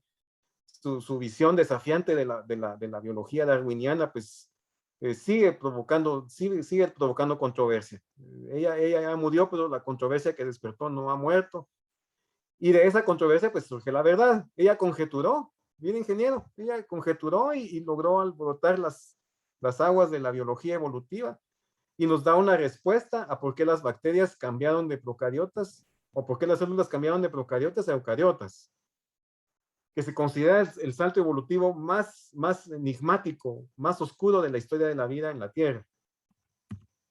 Por cierto que ella fue la primera esposa de Carl Sagan, ¿verdad? Exacto, ella estuvo casada con Carl Sagan. Sí, interesante. Sumamente.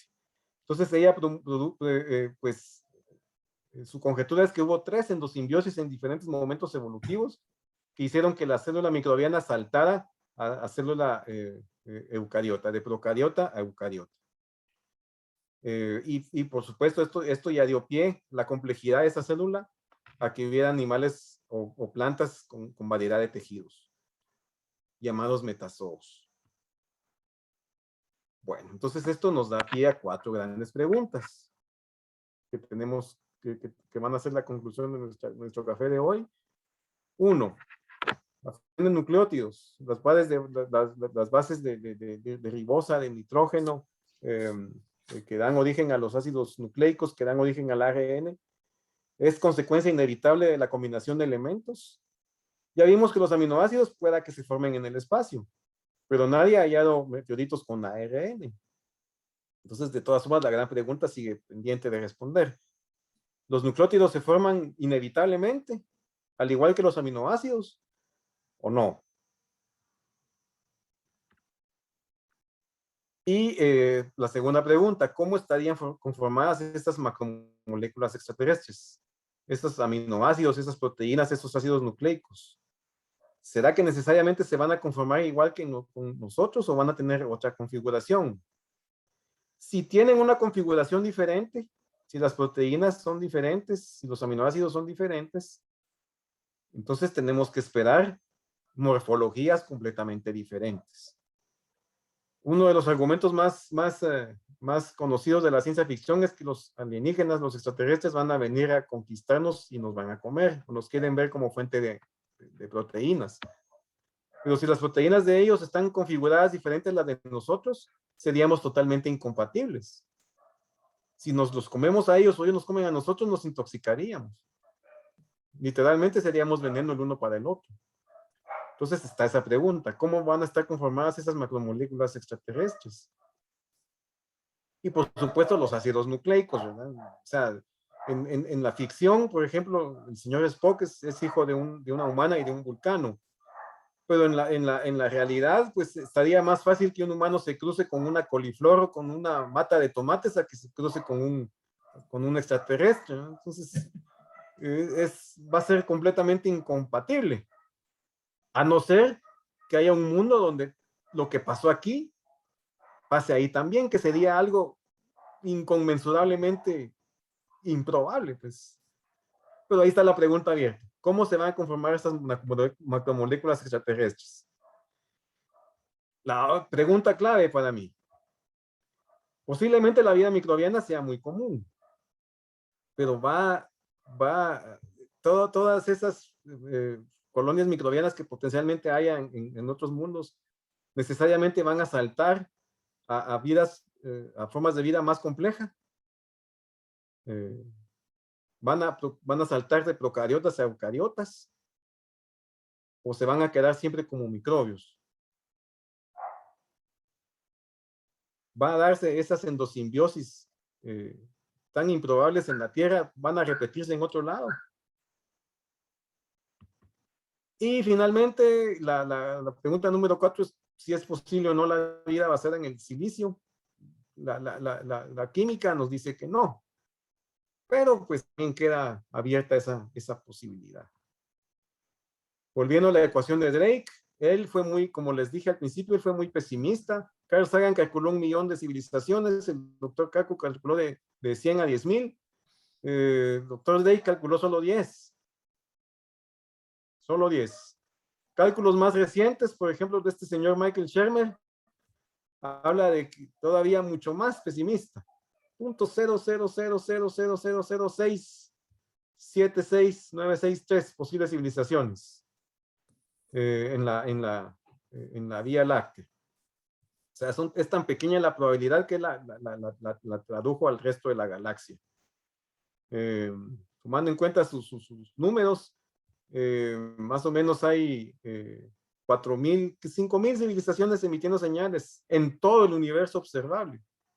Está compuesto por más de 200.000 millones de galaxias.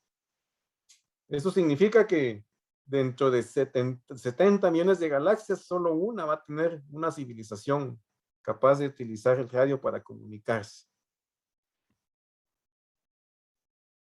Y posiblemente haya entonces una separación entre civilizaciones de aproximadamente 2.000 millones de años luz en el espacio. Aunque en el tiempo, pues posiblemente sí vayan a haber muchas, ¿verdad? Él llega a decir, incluso atreverse a decir que en los últimos 7.500 millones de años, desde que comenzaron a explotar las primeras supernovas, han existido 819.000 millones de civilizaciones. Es un número bastante alto. Pero no necesariamente en el mismo tiempo o al mismo momento. Y es muy pesimista cuando se pone a pensar que tengamos formas de vida cercanas a la Tierra. Él piensa que en los últimos 7.500 millones de años en nuestra galaxia apenas han habido 2 o 3 civilizaciones con tecnología similar a la nuestra. Pero este es el número que para mí es devastador, que en este momento cada civilización inteligente está separada por lo menos por 2.000 millones de años de distancia, una de la otra. Este es un texto muy recomendable de los doctores Peter D. Ward y Donald Bromley. La Tierra rara, porque las formas de vida compleja es poco común en el universo. Ellos se basan en el salto de procariotas a eucariotas. Esta es su sentencia final. Creemos que la vida microbiana, sus equivalentes, es muy común, tal vez más común de lo que pensaban Carl Sagan o Frank Drake. Esto significa que posiblemente en los océanos de Europa y de Encélado pues van a haber colonias de microbios, muy probablemente, incluso tal vez en Marte, tal vez en la atmósfera de Venus, también vayan a haber microorganismos. Pero las formas de vida compleja que indican procesos más difíciles de ver, como las endosimbiosis, pues van a ser muy difíciles que pasen. Es mucho más improbable. O sea, vivimos en un universo lleno de microbios, pero nada más. Es la conclusión de ellos en su texto, Rad Earth. Why complex life is uncommon in the universe. El doctor Kaku, que hace referencia a este texto también en su libro Física de lo Imposible del año 2009, llega incluso a categóricamente afirmar que la Tierra es el único mundo en la galaxia que tiene vida animal. Pero no descarta que pueda existir otras formas de vida en otras galaxias, que es lo que Michael Shermer pone en su resolución de la ecuación de Drake. Solo que no están nada cerca. 2.000 millones de años separada una de otra. O una civilización inteligente cada 70 millones de galaxias. Son números aplastantes que pues nos ponen un poquito deprimidos porque no hay tanta diversidad como de alienígenas o de extraterrestres como uno le gustaría pensar o como la ciencia ficción nos ha hecho creer. Ya para finalizar, pues les menciono, les presento a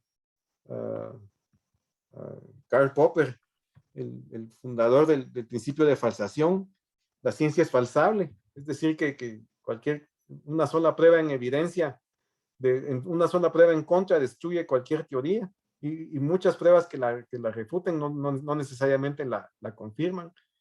Así que la ciencia siempre va a ser cambiante, siempre va a ser dinámica, nunca va a ser un dogma.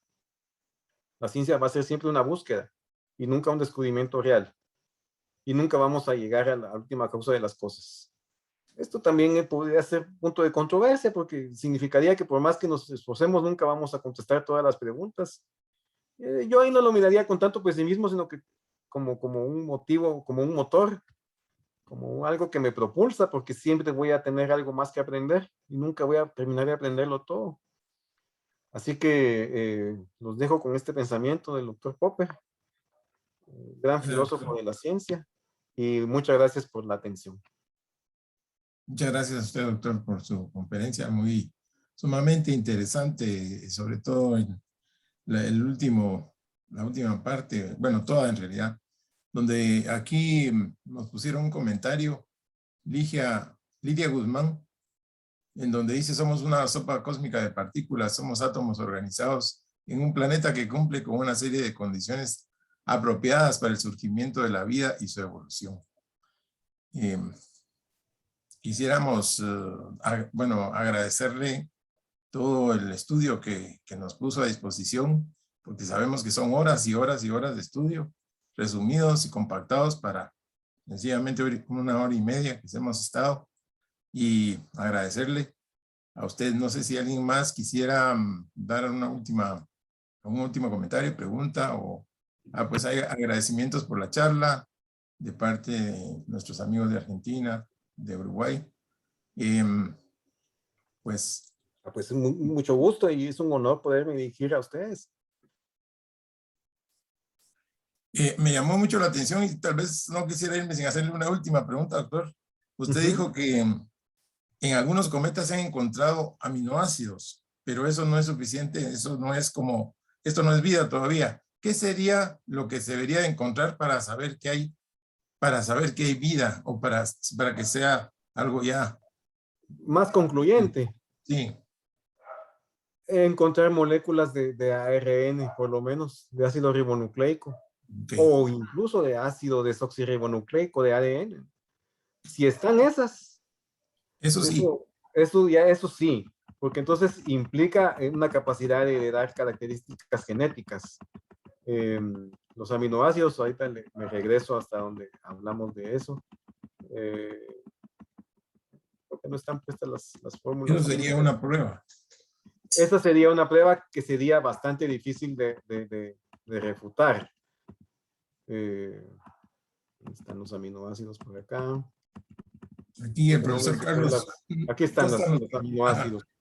Son combinaciones de moléculas basadas principalmente en el carbono, pero la base del ácido, de los ácidos nucleicos en la Tierra es esta: un grupo fosfato, un azúcar que es la ribosa, que tiene 5 átomos de carbono, y la base nitrogenada, que puede ser cualquiera de estas.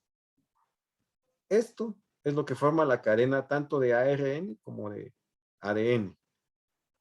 Si en algún cometa, algún asteroide, se encontraran fragmentos fuera de toda suposición razonable, o fuera de todo razonable, que fueran similares a esto, a un ácido nucleico, bueno, ahí sí es de detenerse y analizar bien qué es lo que está pasando ahí, porque si hay una molécula de ácido nucleico en un cometa, en un asteroide, que no fue contaminación de la Tierra, ahí sí ya pensaría yo que estamos hablando de potencial, de una potencial ente que se puede reproducir y que por lo menos puede cumplir un ciclo de trabajo termodinámico. Es la definición del doctor Kaufman, que es nuestra definición de trabajo de un ser vivo.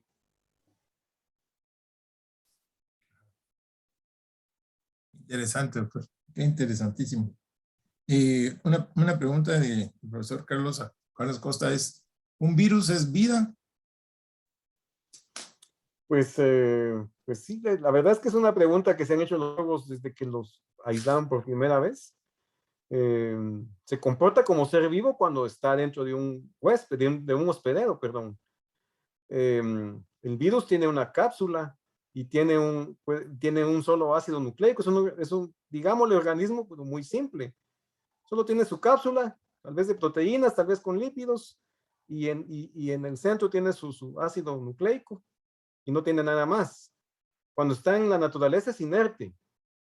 Necesita de un ser vivo para poderse reproducir.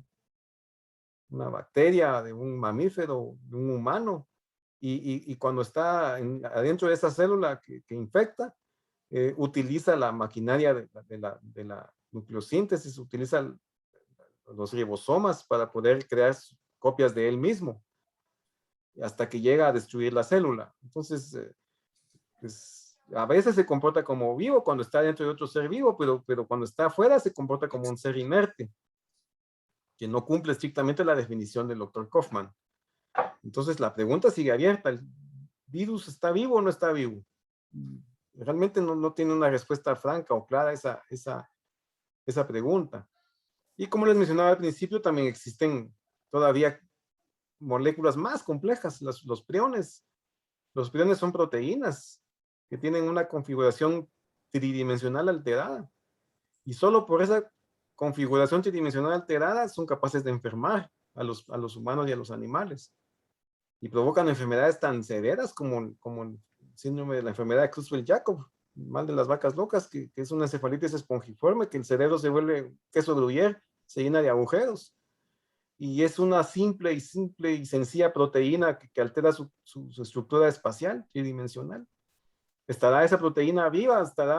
¿Tendrá inteligencia para alterarnos de esa manera? ¿Por qué se altera?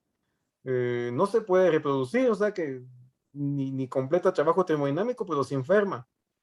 Entonces, esto de la vida como tal es un misterio inmenso, tal vez uno de los más grandes que existen.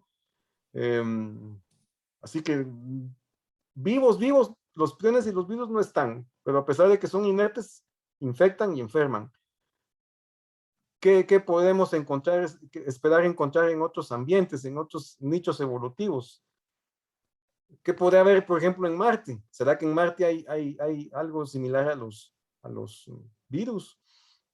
¿Qué pasaría si se vuelve patógeno para los humanos? ¿Cómo lo contendríamos? ¿O cómo se las arreglarían los humanos que vivan allá para manejarlo? ¿O será que la bioquímica es tan diferente que aunque nos infecten no nos va a pasar nada? O sea, muchas preguntas sin una respuesta clara, ¿no? Podríamos conjeturar, dice Sergio Oscar Rubinetti, podríamos conjeturar que si en los cometas viajan virus, luego en la incubadora se generaría la vida, nos estaríamos acercando a la panspermia. Que si en los cometas hay virus. Si en los cometas viajaran virus, entonces si en los cometas viajaran virus, en la incubadora se generaría la vida. Se estaría acercando a la panspermia. Es como una conjetura. Pues no tengo ahorita el recuerdo claro, pero sí hubo también un destacado médico, si no estoy mal, que en algún momento publicó su conclusión de que el virus de la gripe es extraterrestre. Y que la gripe estacional se explica porque la Tierra atraviesa cada cierto tiempo la cola de un cometa, no me recuerdo si el Swift-Tuttle o alguno de esos de periodo corto. Y que cuando atraviesa esa estela cometaria, es que estacionalmente aumentan los casos de gripe. Pudiera ser incluso relativamente razonable, pero entonces yo me pregunto si ese virus tiene la misma configuración de ADN que la mayoría de formas de vida de la Tierra. Bueno, entonces, ¿qué pasó ahí? O sea, significa que si una bacteria o un virus evolucionan en Marte o en Célado o en Europa, van a evolucionar exactamente igual que aquí en la Tierra, en espejo todo, con su mismo grupo fosfato, con su misma ribosa, con su misma base nitrogenada. Entonces sí le vamos a creer a Star Trek, que nos dice que en cada sistema solar hay un ser humanoide que se parece a nosotros, que tiene nariz en el centro de la cara, que tiene 2 orejas, y con el que nos podemos reproducir. Pues a mí también me gustaría, personalmente también me gustaría ese punto de vista, ¿no? Sería más emocionante, porque así como la evidencia que yo acabo de presentar, pues realmente para fines prácticos, estamos solos. Para fines prácticos estamos solos. Ahora, si creemos que va a evolucionar en espejo en otro lado, pues también, ¿no? Eso también sería emocionante. Sí. Porque significaría que estamos mucho más acompañados de lo que creemos, tal vez, incluso, ¿no? Pero la evidencia no apunta por eso, insisto, la ciencia es cambiante. A lo mejor dentro de 5 o 10 años se va a confirmar esto que estamos hablando, ¿no? Tal vez sí se encuentren formas de vida en los océanos de Encélado y de Europa, similares a la Tierra. Peces con aleta dorsal y con 2 ojos en la cabeza y con sistema digestivo excretor y con reproducción sexual. Pues enhorabuena, eso significa que en cualquier lado pueden aparecer humanos, así como decía Giordano Bruno, ¿no? Casi que cada estrella es un sol, pues por mí, no, yo no le encuentro ningún problema a esa idea. El problema que yo encuentro es que las observaciones y los conocimientos actuales la contradicen. Y aquí es algo parecido, aquí nos comenta Claudia Pivaral, dice, para encontrar un ácido nucleico en un exoplaneta, entonces tendría que tener totalmente las características de la Tierra en todo. Sería de encontrar un planeta exactamente igual a la Tierra con un sol igual al nuestro. Sería algo bastante complicado de encontrar. Sí, de hecho, el sol de la Tierra no es un sol idóneo para que la vida evolucione, porque tiene mucha radiación ultravioleta. Hay estrellas de la secuencia principal, principalmente las naranjas, las estrellas K, que no tienen no irradian al espacio tanta radiación ultravioleta. O sea que de hecho el Sol es una estrella improbable. Las estrellas tipo G no son buenas candidatas para albergar sistemas de vida, sistemas con planetas con formas de vida complejas. Y fue el error que cometieron, por ejemplo, Frank Drake, que apuntó sus telescopios a Tau Ceti y a Epsilon Eridani, que son estrellas similares al Sol. Posiblemente habría que enfocarse en las estrellas tipo F o tipo K, esperando que ahí, por juego de probabilidades, ahí no necesitarían capa de ozono, por decirlo así. Pueda que algo evolucione sin que la estrella lesione esa potencial forma de vida compleja. Entonces el Sol, las estrellas tipo G no son las idóneas para buscar seres complejos. Nuestra existencia, si ustedes lo quieren ver así, es muy improbable. Se tuvieron que combinar demasiados factores para que hoy estemos discutiéndolo. La distancia al Sol, la presencia de una luna grande, la presencia de un planeta como Júpiter, la inclinación del eje, etcétera, etcétera, etcétera. O sea, nosotros somos algo muy improbable. Y sin embargo, aquí estamos. Pero por otro lado, doctor, nosotros hemos visto a través de la historia que no somos nada extraordinario. Digamos, la Tierra no es un planeta extraordinario. Bueno, tal vez es un planeta difícil de encontrar. Pero la estrella del Sol es una estrella común y corriente. Entonces, ¿por qué tendríamos la exclusividad de la vida si no tendríamos tampoco por qué tener una exclusividad dentro del Tan universo? especiales. De hecho, como concluyen Shermer y los otros autores que mencioné, pues es posible que haya vida microbiana por todos lados, en los planetas, en las lunas de los planetas errantes que no tienen estrella, también en los océanos de Encélado, de Europa, tal vez incluso Titán o incluso también Plutón se ha visto que pudiera tener un océano de agua líquida subsuperficial, solo que ahí está difícil de explicar cómo es que el agua se mantiene líquida. Y pudiera ser que en todos esos haya células vivientes, del tipo que sea. O sea, eso significa que la vida es común. La vida es relativamente común. Pero ¿qué tan común va a ser que la vida se vuelva compleja y que llegue al estado en que estamos nosotros? Dado el salto crítico de procariota a eucariota, es aquí, esta es la pregunta del millón. Si en todos lados va a cambiar esta realidad biológica de procariota a eucariota, o si simple y sencillamente va a existir microbios o algas. ¿Qué respuesta tenemos a eso? Esa endosimbiosis que postuló la doctora Margulis, que la evidencia apunta a que, aunque sea improbable, sucedió. Y la mejor evidencia es que nosotros estamos aquí. somos evidencia de esa simbiosis que desafió los principios darwinianos de mutación y de selección.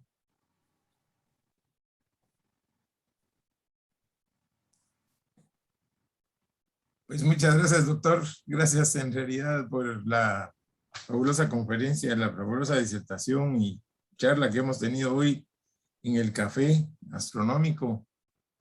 Creo que pues le agradecemos mucho su tiempo y también a todos los que han estado con nosotros durante esta plática tan interesante, esta presentación del doctor muy profunda sobre el tema, como habíamos dicho. Y bueno, creo que nos toca cerrar porque hoy sí volamos récord, nos rompimos el récord anterior. Llegamos a 2 horas, ya llegamos a 2 horas. Y entonces creo que vamos lástima que el tiempo se nos termina siempre, pero quedamos con muchas enseñanzas. Esto queda grabado también para tenerlo disponible para todos y que podamos estudiarla después. Creo que vale la pena que estudiemos varias cosas. Y creo que realmente una disertación bárbara, interesantísima, excelente. Y estamos muy agradecidos. Así son los comentarios también que están llegando para ustedes. Felicitaciones. Y quisiera darle la palabra a Marvin Grijalva, nuestro sponsor acá, para que cierre y vaya cerrando la reunión. Gracias, Edgar. Pues un poco triste ahí porque de verdad que al menos creo yo que la vida no es tan fácil que se desarrolle como todos quisiéramos y no sentirnos tan solo en este vasto universo, ¿verdad? Pero al mismo tiempo creo que nos debemos de sentir pero muy privilegiados de como seres humanos tener un planeta tan lleno de vida que por lo visto no es fácil de encontrar, ¿verdad? Y esto nos motiva, nos debería de motivar a cuidarlo definitivamente, ¿verdad? Porque es una joya, así lo veo yo, como una joya en este vasto universo. Así que con esto pues me gustaría cerrar y darle las gracias al doctor Samayoa por estar nuevamente en este café astronómico y a Edgar también por su valiosa información también en todos estos cafecitos. Los esperamos en la próxima y gracias también a todos los que estuvieron el día de hoy acá con nosotros. Muchas gracias. Buenas noches a todos. Gracias, doctor. Gracias a todos. Feliz noche. Buenas noches. Muchísimas gracias. Buenas noches, Julio. Buenas noches. Chao. Melissa, Sergio, buenas noches. Buenas noches, Carlos. Gracias por sus preguntas. Qué bueno, Elena también. Gracias por haber contribuido con sus preguntas que lo hicieron más interesante este café. Esperamos que estén participando en los siguientes y ahora tenemos mucho que estudiar, biología y una serie de cosas que nos dejó el doctor, además de astronomía, bioquímica, sí. Ok, muchas gracias, que estén muy bien. Buenas noches, hasta la próxima. Buenas noches, se cuida.